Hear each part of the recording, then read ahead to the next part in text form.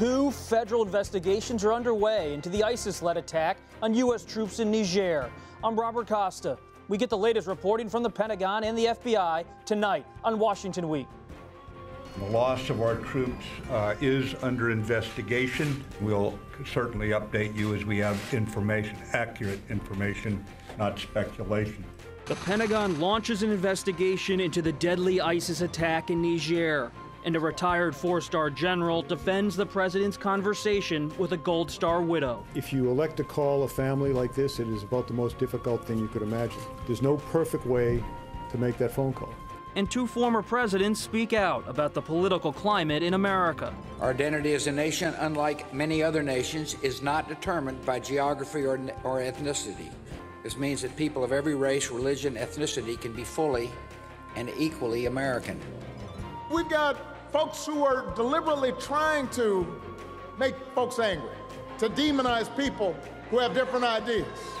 Plus, President Trump praises then shuns a bipartisan deal to restore funding to the Affordable Care Act. I won't do anything to enrich the insurance companies.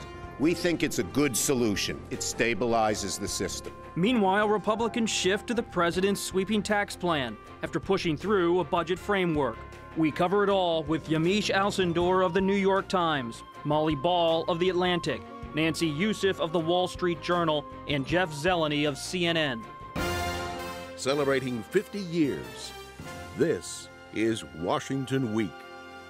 Once again, live from Washington, moderator Robert Costa.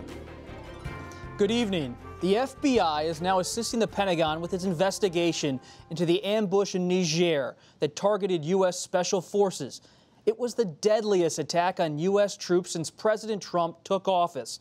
Yet so far, much of the focus has been on the president's conversations with the families of the fallen soldiers. 4 U.S. service members were killed in the ISIS-led gunfight. Staff Sergeants Dustin Wright, Jeremiah Johnson, Brian Black, and Sergeant LaDavid Johnson. On Friday, Defense Secretary James Mattis met with Arizona Senator John McCain, the chairman of the Senate Armed Services Committee, who threatened to issue subpoenas to get more details about that October 4th attack. The fallout has rattled the military, Congress, and the country, but it was the president's calls and what he said that ignited a national debate. Florida Democratic Congresswoman Frederica Wilson says she heard the president tell the widow of one of the soldiers who was killed that, quote, her husband knew what he signed up for, but I guess it still hurts, end quote. Mr. Trump denied saying that, and his chief of staff, John Kelly, a retired Marine general whose son was killed in Afghanistan 7 years ago, defended the president. He called 4 people the other day and expressed his condolences in the best way that he could. And he said to me, what do I say? I said to him, sir, there's nothing you can do to lighten the burden on these families. Hours later, President Trump attacked Wilson, who criticized his call to the widow of Sergeant Johnson, insisting she lied about what he said. Let's begin tonight about what we know, Nancy, about the mission there. Just a few weeks ago, most Americans didn't even know we had U.S. forces in Africa fighting ISIS. Now U.S. service members have been killed. What is our mission in Niger? So there are about 800 troops in Niger itself, and this mission is part of an effort to train their Nigerian counterparts against a multiple number of threats there. There are various jihadist groups battling in that particular part of Niger where the attack happened for control of smuggling routes from Burkina Faso and Mali. And so the goal is to create a force that can contain that threat and stop the expansion of Islamic jihadist groups in that vital territory. NBC's reporting that there was a massive intelligence failure in this operation. Well, one of the challenges is that the U.S. is depending on Nigerian forces for the intelligence in large part. They're generally not interacting directly with villagers. And the Nigerian forces are compromised. Some of them are demoralized. Some of them are using these smuggling routes themselves. And the villagers will tell you that they are fearful to provide intelligence to those forces because, as they say, those forces leave at night. The jihadi groups that control their neighborhoods do not. And should they be found out to be giving intelligence, they fear for their lives. And so it makes it very hard to have strong intelligence. And you find that with such few U.S. resources there, that they're depending on alternative sources of information. As we try to answer all these questions and the government tries to look for answers, why is the FBI involved? So the FBI investigation is separate from the Pentagon investigation. The Pentagon is trying to answer what happened, what are changes that need to be made in terms of techniques, tactics, and procedures. The FBI, on the other hand, is trying to figure out two things. One, what kind of intelligence can they gather? And two, if we can find out the actual individuals who were involved in this ambush, that their plan is to then bring evidence forth to then charge them and potentially in federal court. Jeff, did President Trump authorize this mission? We don't know the answer to that. He was asked in the Oval Office today. He heard the question and did not respond. The White House press secretary was asked that. She did not respond. The Defense Secretary, James Mattis, was asked that. He did not say. It's very likely that a type of mission like this would not need presidential sign-off because it was, in many respects, a routine mission. Obviously, there was some type of massive intelligence failure because this happened. But this is, it was actually more of a routine or seen as a routine operation. So this is something the president, it happened on the day when he was flying back from Las Vegas. Remember, he went out to visit the victims of that horrible shooting there, and he learned news of this when he was flying back to Washington. The striking thing, though, was the utter silence from the White House for 12 days, did not say anything at all about this, with the exception of the press secretary. Sarah Sanders talked about it a couple times from the White House podium, but the president did not. And this is a president who talks about a lot of things very often. So the political side of this, which is very separate from the substantive side of this, all started on Monday when he was asked by my colleague Sarah Murray in that Rose Garden display, why haven't you said anything about this? And then it touched off a firestorm. And Yamiche, you've been on Capitol Hill all week. Congress seems to be on edge, Senator McCain in particular, about the lack of information about this mission. And they're threatening subpoenas. Yeah, and Senator McCain essentially is saying, I want to know what happened here. I want to know why we were there, what happened. Was there intelligence failure? Did they have the right support? I mean, there are so many questions that Congress wants to ask. I should say that I've been talking to some Democrats about this, including Representative Wilson, and she essentially says, and the talking point is, that this is Trump's Benghazi. The Democrats see this, I think, in some ways as a political opportunity to question what his effectiveness as the commander-in-chief. And as a result, you see, I think there's the substance side of Republicans also wanting to know more. And I think Democrats genuinely want to know more as well. But then there's also whether or not they're going to use this to kind of attack the president. And the most jarring moment for some, the most powerful moment for others this week, Molly, was when General Kelly came to the podium in the briefing room. And it was powerful to hear from a Gold Star father. But even that moment, hearing from him was a flashpoint. It generated as much praise as it did criticism. Yeah, well, and it was, on the one hand, a very different presentation of the sort that Trump gives. And so I think that affected a lot of people to see someone who had such seeming gravitas, such seriousness, and who really projects that air of authority, and to speak very emotionally about his concern for the lives of those killed in combat, including his own son. On the other hand, there were some parts of it that were very disturbing. The story that he told about Representative Wilson was a very Trumpian tactic of turning something into a political attack on a perceived enemy, rather than keeping it in what he said he wanted to be a depoliticized zone of talking about, the deaths of soldiers and having that be a sort of sacred space. He's then doing exactly what Trump does, which is turn it into a personal political fight, and then and he wasn't telling the truth about what she said, whether it was because he misremembered the encounter or deliberately he didn't tell the truth about this speech that he attacked her for that apparently didn't happen.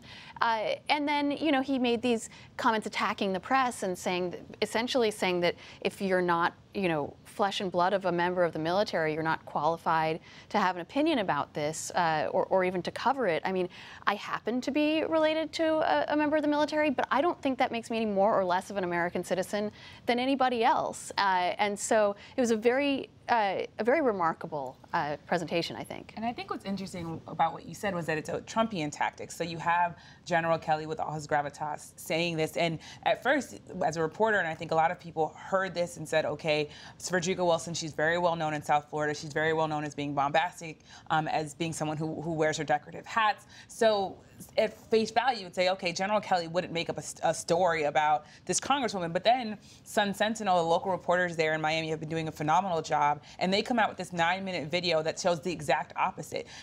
General Kelly said that she was basically bragging about getting $20 million from President Trump. So you have him, one, saying that she was kind of using this in a political moment, but also invoking President Obama, which Trump often does. And neither of that is true. In the speech, she actually thanks a lot of Republicans for helping her get this building named for these fallen FBI agents. So I think that's where the problematic thing is. And when I was speaking to Representative Wilson all week and today, she said, I don't even understand why he would say this, because it's so easy to trace that this would be a lie. She called it a lie. But also she said essentially that she felt that there was some racial charge there, that this is a president, of course, that's had all sorts of issues with race. But she said, when I asked her, well, what do you think is going on here? She said, well, the White House is full of white supremacists. And I think that is something that's really interesting to me, because there are people on the ground in Miami who have also told the New York Times that they feel it this way. So you have this president that even when he's trying to do the right thing, people are seeing it through this prism of race. Jeff, when we heard from former President George W. Bush this week, former President Obama, they're talking about the ugliness of this national debate, this messiness, this infusion of questions of race, Gold Star families being at the fore. They step forward to not criticize President Trump by name, but to criticize the kind of week we've witnessed. No doubt. And I think as we take stock of weeks, and we've done this often, this was an extraordinary week in that respect. To hear from President Bush, I think specifically, because President Obama has been out there a little bit more, but to hear President Bush talking about this, we basically know how he and his family feel, but to hear him articulate this in a more optimistic way, really, to say that the country is essentially better than this, we can overcome this. So it was all tied together. This speech was long planned, but I think the timing of it is really interesting. But back to the Chief of Staff for 1 second. I was in that briefing room on Thursday, and you could see the emotion on his face, you could hear it in his voice. So as he wore his 3 hats, his Chief of Staff hat, his Marine Commander's hat, and his father's hat, he is eminently qualified to talk about all this. But the reality now is he has a political job, and his job is politics. He was defending the administration and the president. But I think it highlights how all of this has been politicized by him, by the president, by the Congresswoman. It shows how low our discourse has sunk, I think, and how there's no trust or credibility. Even a phone call can become controversial like this. It was pretty unseemly, I thought. And the context of these phone calls, Nancy, really is a subject of debate, interpretation. And you've spoken with Gold Star families this week about what it's like to get that call. I spoke to families who had received a call from the president. I spoke to families who were told they would get the call and didn't get the call. And what struck me, the connector thread between all of them, is that call, for all of the debate that's happening now, is not the thing that sustains them in those early days. It's not the comfort that carries them. It's the support of local communities, of families, of friends. I talked to people who couldn't even find the letter that they'd gotten from the president, because at the end of the day, when they as they describe it, when you lose a loved one, it's flattering to have that acknowledged by the president, but in those horrific early days in particular, what carries you through are the people who loved your loved one as much as you did, and that's what they remember of that period, not the VIPs who may or may not have called. Molly, you covered Senator Lindsey Graham in South Carolina for some time, and he said today that we don't want the next 9/11 to come from Niger, to come from ISIS in Africa. Are we witnessing on the Republican side a willingness to have some more intervention in that part of the world to fight ISIS? No, there's never been a lack of willingness on the part of Lindsey Graham. He's one of the most ardent interventionists in the Congress, and has taken on Trump, or at least one version of Trump, the America First vision that he has sometimes espoused and sometimes not, because the president's sort of all over the map on everything, including foreign policy. So, I mean, I think Lindsey Graham is always willing to go there. And this administration has been so all over the map that we have no idea. There has not been a coherent ideological push to reorient the United States in one direction or another. It's just been things here and there. It hasn't added up to, yes, we're going to push forward, or yes, we're going to pull back, we're going to fulfill some of those America First promises and really get the troops out of all these foreign countries where candidate Trump was so critical of the efforts. I mean, I do think that one thing the Niger incident highlights is that that is a very significant unfulfilled promise, that the president has basically done nothing to scale back the American presence overseas, even though that was the signature plank of his foreign policy platform. And do we see a strategy emerging, Nancy? ISIS in Africa? Well, I mean, we could see potentially two things. We could see a more aggressive approach in an attempt to go after the Islamic State in the Sahara, who are suspected to be behind the attack. Alternatively, we could see a retreat, a decision that this is not worth the risks associated with it, that the U.S. simply doesn't have the resources, particularly in Africa, to have enough intelligence, enough drones, enough air support to protect those troops, such that when they're in harm's way, they can be safely taken care of. Remember that in this instance, it was the French that evacuated U.S. troops because the U.S. military did not have air assets in that area. As lawmakers evaluate what happened in this Niger attack, they're also dealing with a lot of other issues on Capitol Hill, where President Trump's agenda has been stalled for months. But this week, there were a few sparks that could significantly reshape how Americans access health care and who pays what in taxes. All of this action, however, doesn't mean anything is a done deal. First, the possible overhaul of the tax code. The Senate passed a $4 trillion budget overnight, clearing the way for the Republican tax revamp. Passing this budget is critical to getting tax reform done, so we can strengthen our economy after years of stagnation under the previous administration. At the same time, 24 senators have signed on to a bipartisan health care deal sponsored by Lamar Alexander of Tennessee and Patty Murray of Washington State. The Alexander-Murray proposal would reinstate the Affordable Care Act subsidies for low-income families for 2 years, stabilize individual insurance markets, and give states flexibility to customize health plans. President Trump announced last week that he would stop paying the federal cost-sharing subsidies because he said they were nothing more than a bailout to insurance companies. While it looks like there was some progress on the budget, tax reform, and health care, many obstacles remain. Do they not, Yamiche? There are a lot of obstacles that remain, mainly because Congress has this long laundry list of things to get done. If you think about health care, essentially Senator Lamar Alexander said, we just want to avoid chaos. And I thought that was really striking because essentially Republicans are making the case that we can't do nothing about health care. We have to do something about it because essentially we'll be blamed for it when people's premiums skyrocket. So they have this bipartisan deal that would allow people to do all sorts of things and would also help, they think, premiums go down or at least stay lower than they would be. So the problem is whether or not that's actually going to pass. You only have a couple senators that have come out in support of it. The sources that I've gotten say that the president was actually the one who wanted to have a bipartisan deal on health care, but then you saw him kind of backtrack. That was so interesting.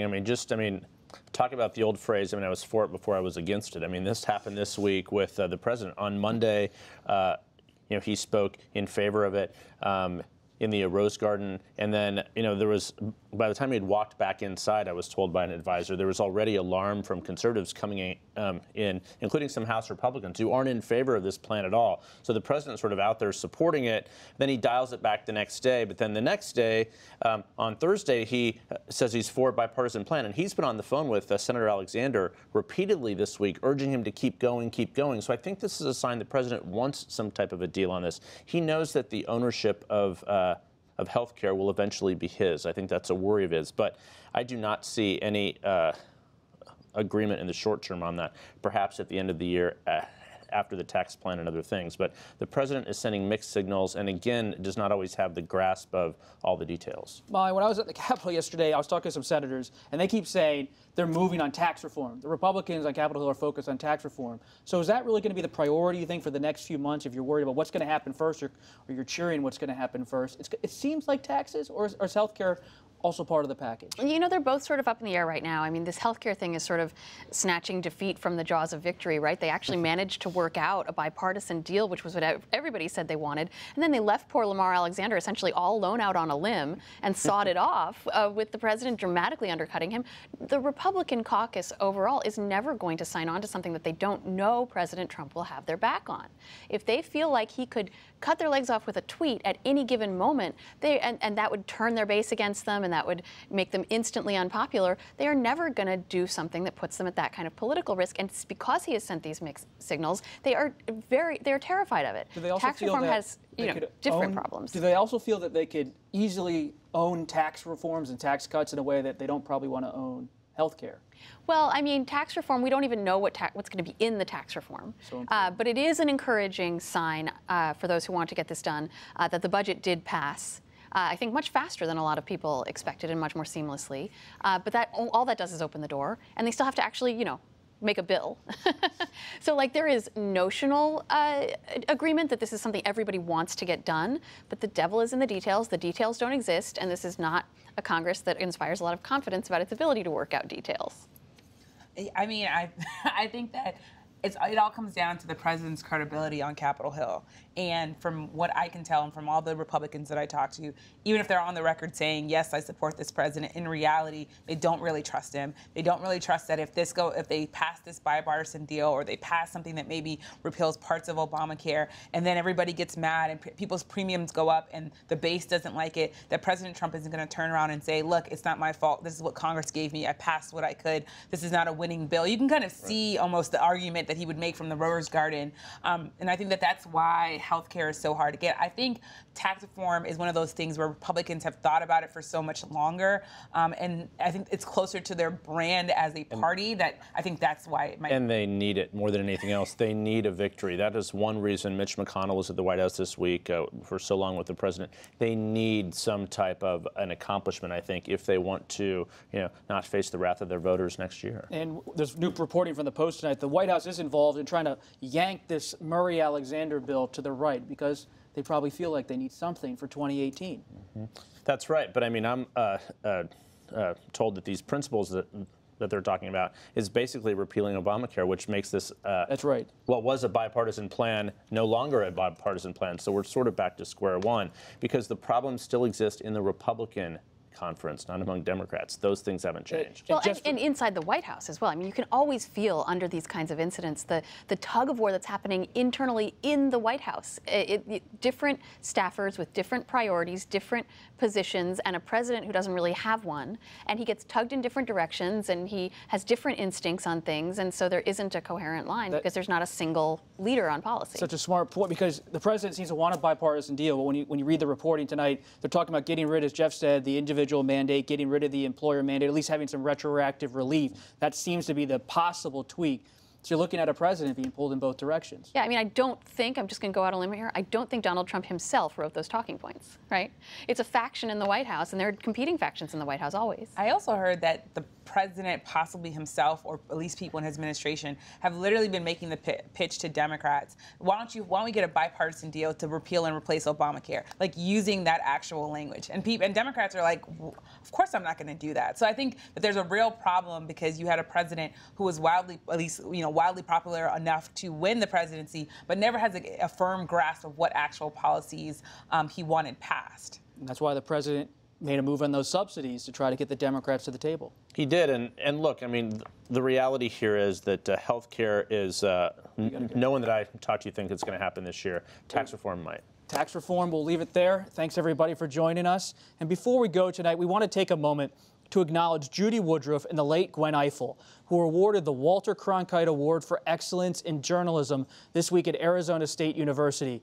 Gwen's brother, Bert, accepted the award on her behalf. He said the PBS NewsHour co-anchors were so successful together because they shared the same commitment to the truth. That's what so many of you saw every week around this table with Gwen. We miss her very much. And Judy said it best during her speech, I think, that we need good journalists, now more than ever. And I can't think of any duo we'd rather have holding leaders' feet to the fire than those two wonderful ladies. And just a reminder that our conversation will continue online on the Washington Week Extra. You can find that later tonight and all weekend at pbs.org/WashingtonWeek. Thank you for watching. I'm Robert Costa. Have a nice weekend.